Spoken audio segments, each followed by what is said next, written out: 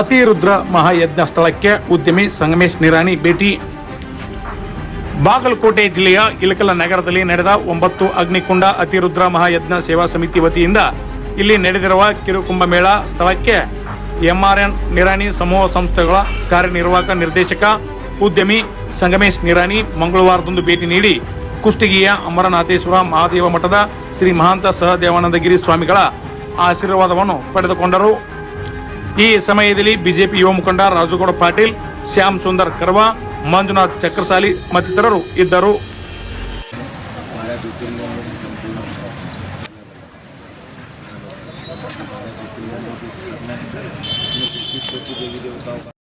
यज्ञ के बारे में बताइए, कितना दिन चलेगा, कैसा है, इसका विशेष क्या है, इसलिए कर रहे हैं? ऐसा है, सबसे पहले आप सभी टीवी चैनल के माध्यम से समस्त देशवासियों के कल्याण के लिए ये कार्य किया जा रहा है. संपूर्ण विश्व के कल्याण के लिए कार्य किया जा रहा है. संपूर्ण मानव जाति के कल्याण के लिए कार्य किया जा रहा है. पर्यावरण की शुद्धि के लिए, नदी नालों की शुद्धि के लिए और संपूर्ण प्रजा के कल्याण के लिए इस कार्य को कर रहे हैं. इस कार्य को करने के लिए एक ही लक्ष्य है कि संपूर्ण विश्व में शांति हो, संपूर्ण विश्व आनंदित रहे, प्रसन्नचित रहे, सबको ऊर्जा मिले, सब हर प्रकार से उनके जीवन में सुख शांति प्रदान हो.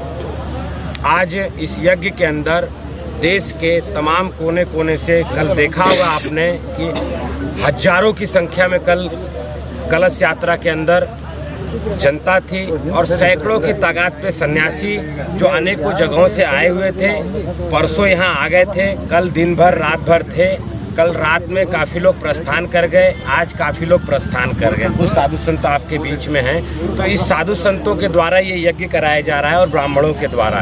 ये ब्राह्मण भारत के अनेक तीर्थों से आए हुए हैं.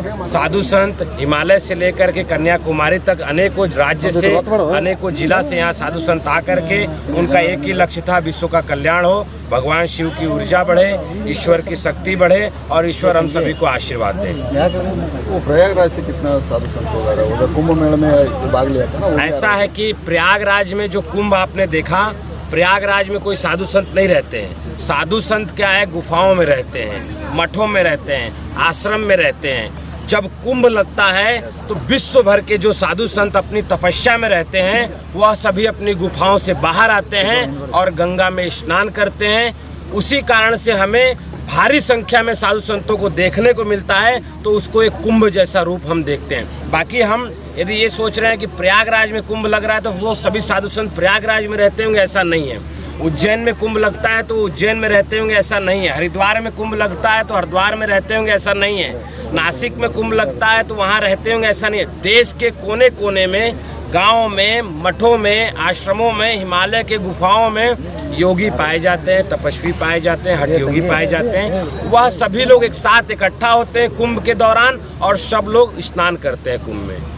अभी 16 तारीख को कृष्णार्ती हो रहा है कुपरगी में, आप ही भाग ले रहे हैं?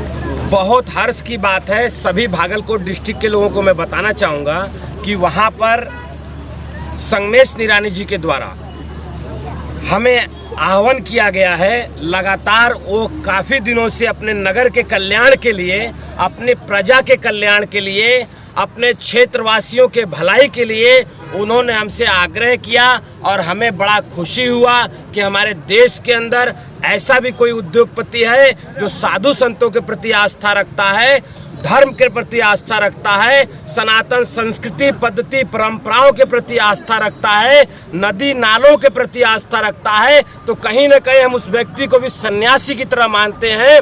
और वो व्यक्ति ने हमसे आग्रह किया कि महाराज आप सभी हमारे नगर में आइए, हम सभी का नगर में हम सभी लोग आपका स्वागत करेंगे और आप सभी लोग हमारे नगर को आकर के हमारे नगर वासियों को पावन करिए. इसी के साथ हमने संकल्प लिया कि हम एक दिन सुबह से लेकर शाम तक संगमेश निरानी जी के नेतृत्व में गंगा आरती और वहाँ पे कृष्ण स्नान अनेकों साधु संत करेंगे. Thank you. ಸರ್, ಈಗ ಅದೇ ಗುರುಗಳಿಗೆ ಆಹ್ವಾನ ಮಾಡಿದ್ದೀರಾ, ಅವರು ತುಂಬಾ ಸಂತೋಷದಿಂದ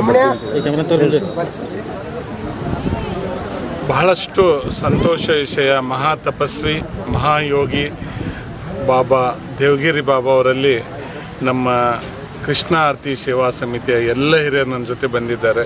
ಅವ್ರ ಕಾರ್ಯಕ್ರಮಕ್ಕೆ ನಾವು ಮೊದಲು ಆಹ್ವಾನ ಮಾಡಿದ್ವಿ, ಇವತ್ತು ಆಹ್ವಾನ ಪತ್ರಿಕೆ ಕೊಟ್ಟು ಆಹ್ವಾನ ಮಾಡಿದಾಗ ಅವರು ತಮ್ಮೆಲ್ಲ ಬಳಗದೊಂದಿಗೆ ಜಮಖಂಡಿ ತಾಲೂಕಿನ ಹಿಪ್ಪರಿಗೆಯ ಕೃಷ್ಣ ಪುಣ್ಯ ಸ್ನಾನದಲ್ಲಿ ಶೋಭಾಯಾತ್ರೆಯಲ್ಲಿ ಖುಷಿಯಿಂದ ಪಾಲ್ಗೊಳ್ತಾ ಇದ್ದಾರೆ, ಕೃಷ್ಣ ಆರತಿಯಲ್ಲಿ ಪಾಲ್ಗೊಳ್ತಾ ಇದ್ದಾರೆ. ಇವತ್ತು ಬಹಳಷ್ಟು ನನಗೆ ಸಂತೋಷ ಆಗಿದೆ. ಅಂಥ ಮಹಾತ್ಮರು ತಪಸ್ವಿಗಳು ನಮ್ಮ ಜಮಖಂಡಿ ತಾಲೂಕಿಗೆ ಆಗಮಿಸಿ ನಮ್ಮ ರೈತರನ್ನು, ನಮ್ಮ ನಾಡಿನ ನಾಗರಿಕರನ್ನು ದರ್ಶನ ಸೌಭಾಗ್ಯವನ್ನು ಕರುಣಿಸಿದ್ದಾರೆ. ನಮ್ಮ ನಾಡಿಗೆ ಒಳಿತನ್ನು ಆಗಲಿಕ್ಕೆ ಹೋಮ ಹವನವನ್ನು ಮಾಡ್ತಾ ಇದ್ದಾರೆ. ಅದಕ್ಕೋಸ್ಕರ ನಾವೆಲ್ಲರೂ ಅವ್ರಿಗೆ ಆಭಾರಿಯಾಗಿದ್ವಿ. ಅವರು 16ನೇ ತಾರೀಕಿನ ಬೆಳಗ್ಗೆಯಿಂದ ರಾತ್ರಿ 8-9 ಗಂಟೆವರೆಗೆ ನಮ್ಮ ಜೊತೆ ಇದ್ದು ನಮ್ಮೆಲ್ಲ ರೈತ ಬಂಧುಗಳಿಗೆ ದರ್ಶನ ಭಾಗ್ಯವನ್ನು ಕೊಡ್ತಾ ಇದ್ದಾರೆ. ಅದು ನಮ್ಮೆಲ್ಲರಿಗೂ ಸಂತೋಷದ ವಿಚಾರ. ಲಕ್ಷಾಂತರ ಜನ ಬಾಗಲಕೋಟೆ, ಬಿಜಾಪುರ, ಬೆಳಗಾವಿ ಜಿಲ್ಲೆಯಿಂದ ಲಕ್ಷಾಂತರ ಜನ ಅಲ್ಲಿ ಸೇರ್ತಾ ಇದ್ದಾರೆ. ಅವರೆಲ್ಲರಿಗೂ ಹಿಮಾಲಯಕ್ಕೆ ಹೋಗಿ, ಹರಿದ್ವಾರಕ್ಕೆ ಹೋಗಿ, ಪ್ರಯಾಗ್ರಾಜಕ್ಕೆ ಹೋಗಿ ನಮ್ಮ ದರ್ಶನ ತಗೋದು ಕಷ್ಟ ಆಗ್ತಿತ್ತು. ಅಂಥವರೊಬ್ಬರು ನಮ್ಮೆಲ್ಲರ ಸೌಭಾಗ್ಯ ನಮ್ಮ ನಗರಕ್ಕೆ ಬಂದು ದರ್ಶನವನ್ನು ಕೊಡ್ತಾ ಇದ್ದಾರೆ. ಎಲ್ಲಕ್ಕಿಂತ ಹೆಚ್ಚಿನ ಖುಷಿ ವಿಚಾರ ಅಂತಂದರೆ ಇಳಕಲ್ ನಗರದ ಮಹಾ ಸೌಭಾಗ್ಯ. ಬಹಳ ದೊಡ್ಡ ಪ್ರಮಾಣದಲ್ಲಿ ರಾಜ್ಯದಲ್ಲಿ ಪ್ರಪ್ರಥಮ ಬಾರಿಗೆ ಇಷ್ಟೊಂದು ದೊಡ್ಡ ಪ್ರಮಾಣದಲ್ಲಿ ಯಜ್ಞ ನಡೀತಾ ಇದೆ. ಇಲ್ಲಿ ಹಿರಿಯರಿಗೆ, ಈ ಆಯೋಜಕರಿಗೆ ನಾನು ಜಿಲ್ಲೆ ವತಿಯಿಂದ, ರಾಜ್ಯದ ವತಿಯಿಂದ ಕೃತಜ್ಞತೆಯನ್ನು ಸಲ್ಲಿಸ್ತೀನಿ. ಇಷ್ಟೊಂದು ದೊಡ್ಡ ಪ್ರಮಾಣದ ಆಯೋಜನೆಯನ್ನು ಮಾಡಿದ್ದಾರೆ. ರಾಜ್ಯದ ಜನತೆ ಈ ಪೂಜಾ ಉಪಯೋಗವನ್ನು ಕೂಡ ತಗೋಬೇಕು ಅಂತೇಳಿ ನಾನು ಕೇಳ್ತಾ ಇದ್ದೀನಿ.